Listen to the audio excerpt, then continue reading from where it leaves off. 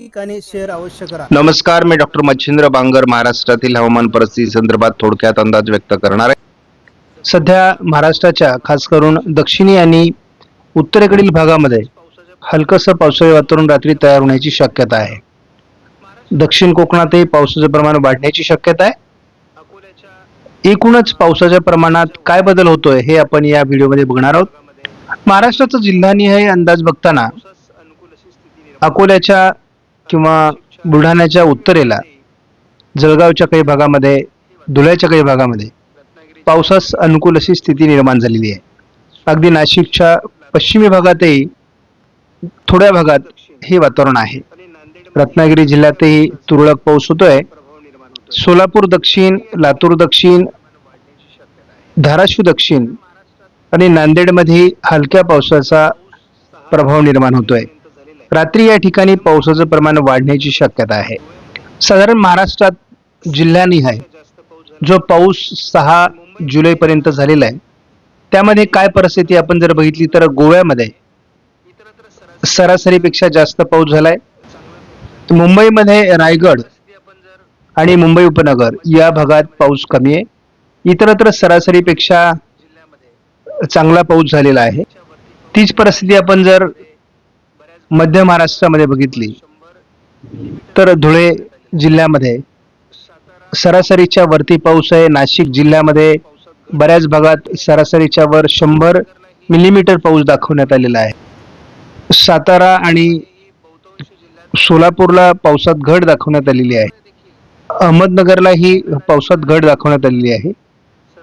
मराठवाड्यामध्येही बहुतांश जिल्ह्यात पावसात घट आहे. विदर्भामध्ये देखील भंडारा जिल्हा अपवाद सोडता सर्व जिल्ह्यांमध्ये आतापर्यंतच्या पावसात घट आहे. म्हणजे एकूणच महाराष्ट्रामध्ये कोकण रिजन जर सोडलं तर किंवा मध्य महाराष्ट्रातील काही थोडा भाग सोडला तर सर्वच विभागात पावसाची घट नोंदली गेली आहे.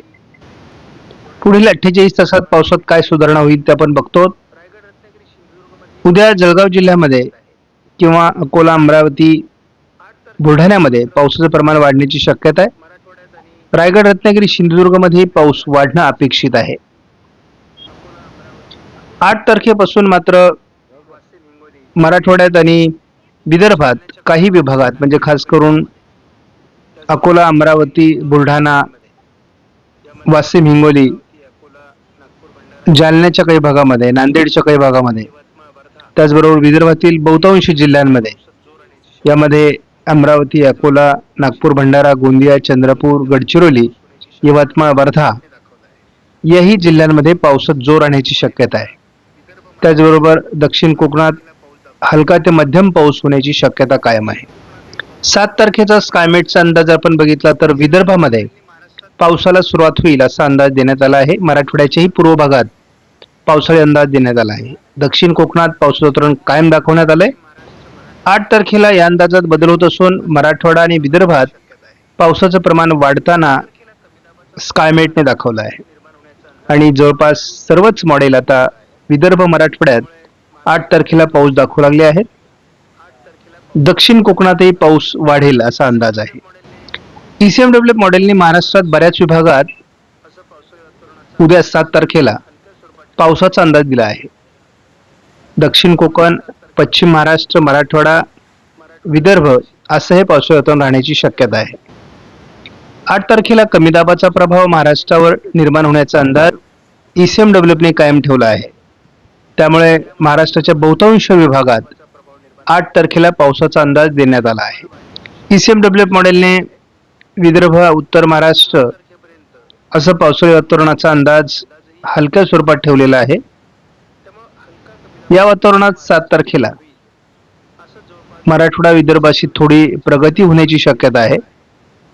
गोव्याच्या दरम्यानही पावसाळी वातावरण वाढण्याची शक्यता आहे. आपण 8 जुलैला देखील